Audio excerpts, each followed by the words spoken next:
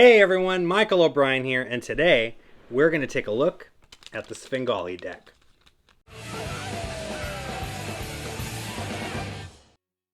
Hello everyone, and welcome to another episode of Advice for Magicians, where the goal is to help you to take your magic to the next level. I thought I would start sort of a new series, which I like to call Gaff Decks 101, where I'm going to kind of introduce you all to some of the cool Gaff decks that there are to offer in the magic world. So, for the first episode, I thought that I would do a fun little spotlight on the first Gaff deck that I ever owned when I was a wee little lad, and that is called the Svengali deck. Now, there are literally hundreds of things that you can do with this deck. In this video, I'm going to share with you just a few things that it does and why this is such a special deck for me. Stick around to the very end, and I will teach you guys how to take this deck, this Svengali deck, and make it examinable so you can hand it out to your friends, because this deck of cards on its own cannot be handed out and it can't be examined. Stick around for all of this awesome stuff. Svengali deck. Alright, so let's take a look at just a couple things that the Svengali deck does. First, I'm going to go ahead and just drop the cards like this, right? Normally I'd have a spectator say stop, but I'll just stop at a random spot. We'll stop right about there. And this is going to be the card that we memorize. If we would have stopped one card more, we would have gotten this one. And if we would have stopped one card less, we would have gotten this one, right? But the 4 of spades is the one that we stopped at. So that's the one that we're going to bury right in the center of the deck. Now, normally when I do this, I wouldn't look at the card. Right now, of course, I'm looking at myself on the screen. So I was able to see that it was the 4 of spades. But normally what I would do is I would look away. I'd have them look at the card and memorize it. I'd put it back in the deck. And then I would say, I'm going to try to see if I can guess which card you chose. Kind of look them in the eye and, be like, you had a black card, right? Like a spade. Did you have the 4 of spades? And then their brain explodes, right? So you can do some mind reading stuff with this. You can have a card chosen and tell them exactly which card it was that they chose. The Svengali deck is also a really cool and really easy way to force a card. So if you need a card forced to have a card appear in your pocket or in your wallet or on the other side of the room, or you can even load a duplicate card in someone else's pocket or in their purse or whatever, right? And you can do this trick using the Svengali deck, and it makes for a really fair, easy way to force a card. So that's another thing you can do with it. Now, the card is lost somewhere into the deck. I don't know where, but I'm going to try to see if I can cut right to it. So I think right about there. Right?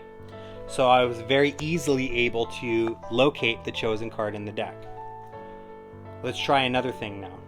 I'm going to take this card, place it in the middle, and I'll leave it sticking out so you can see it really does go in the middle. Nothing funny.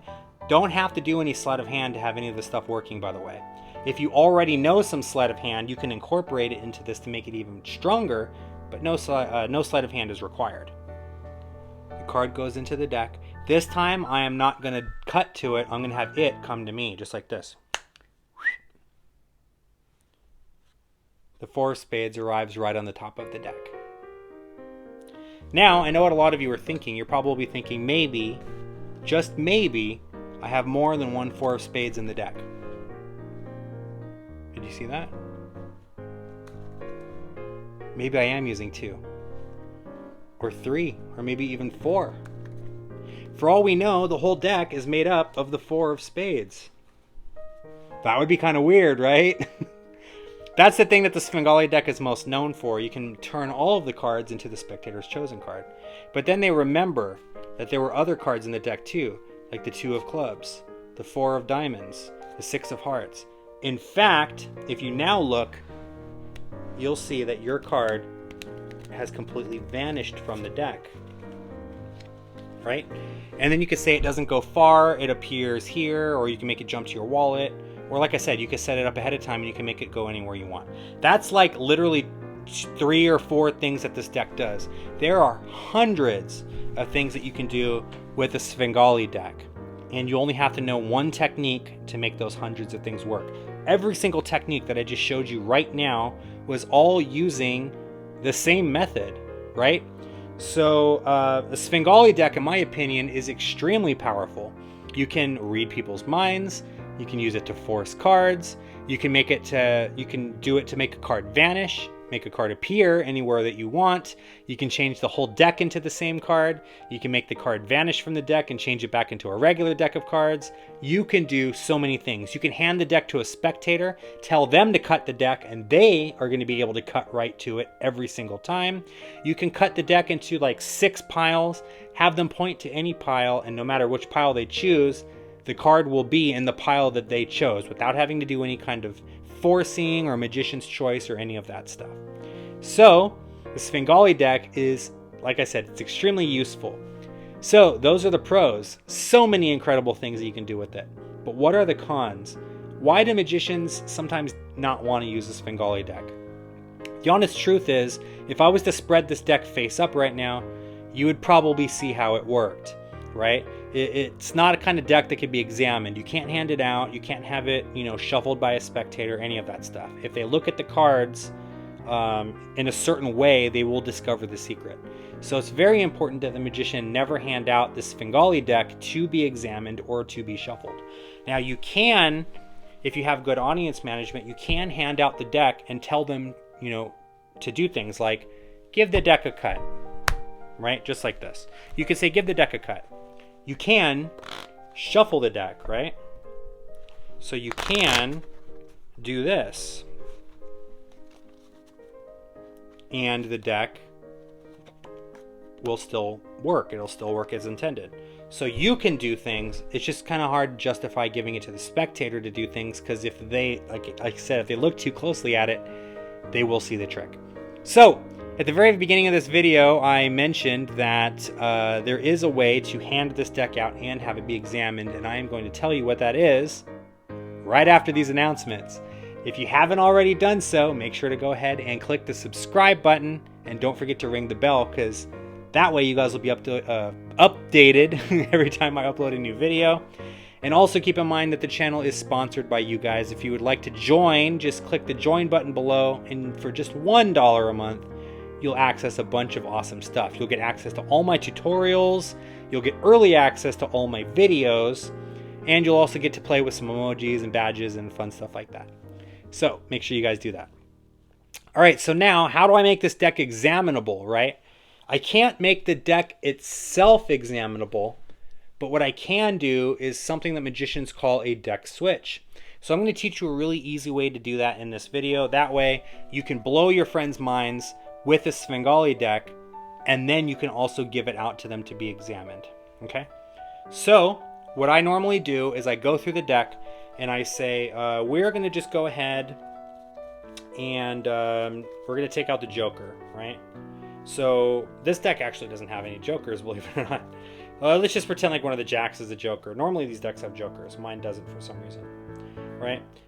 So we will pretend that these Jacks are the Jokers. So you see, I'm just going to take out the Jokers and I'm going to set them aside for now.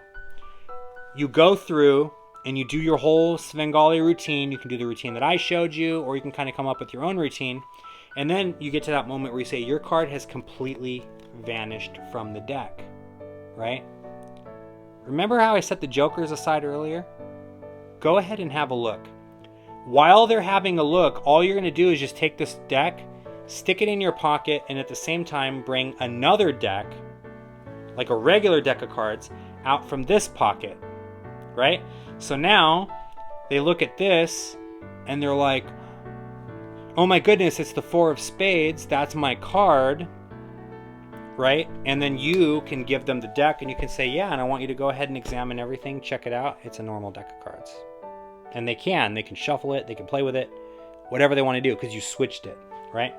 So, like I said, if you set this up ahead of time, you can actually load that 4 of spades on someone, right? Which gives you even more misdirection and even more time to do the switch. So you can, you can say, check your back pocket, and then they reach into their back pocket. Or, in the back of the room, underneath that chair, go ahead and look underneath that chair, right? And you have all the time in the world to do the deck switch at that point. Or maybe you say, in my shoe, and you take the deck, you put the deck in your pocket, you reach into your shoe, You pull out the 4 of spades, you put your shoe back on, and then you take another deck out of your pocket. You hand it to them and you go, and by the way, all the cards can be examined now at this point. So ladies and gentlemen, that's my introduction to the Svengali deck. You can find them all over, like pretty much every Magic shop carries them. You can find them online. I'm pretty sure Penguin Magic carries them. I'll find a good dealer down below for you guys to go check out, so you can get your hands on this deck of cards.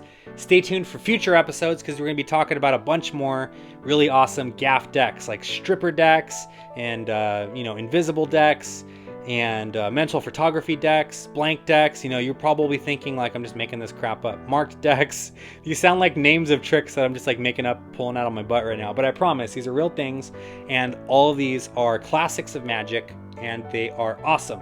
This is the kind of stuff that I demo at the Magic shop on a regular basis, and people from all ages and skill levels really get a kick out of these tricks. So I really hope that you guys consider using these Gaff decks, and even working professionals can get a lot out of this Svengali deck. In fact, Nick Lacapo actually put out a book. I forget the exact title. Again, I'll leave a link below so that you guys can check that out. He put out a deck on the Svengali deck that uses it in really interesting ways. Ways that'll even fool magicians. Magicians that know about Svengali deck will not know that you're using one because of the ways that Nick uses them in those performances. Super creative stuff. Anyways, hope you enjoyed this first episode of Gaff Decks 101. Thank you so much for watching this video. If you haven't already done so, make sure to click the subscribe button, and don't forget to ring the bell. That way you'll know every time I upload a new video. If you'd like to check out some more magic, visit us at o'brienmagic.com, and be sure to check out our online magic shop, where you will find the latest and greatest magic books, downloads, and accessories.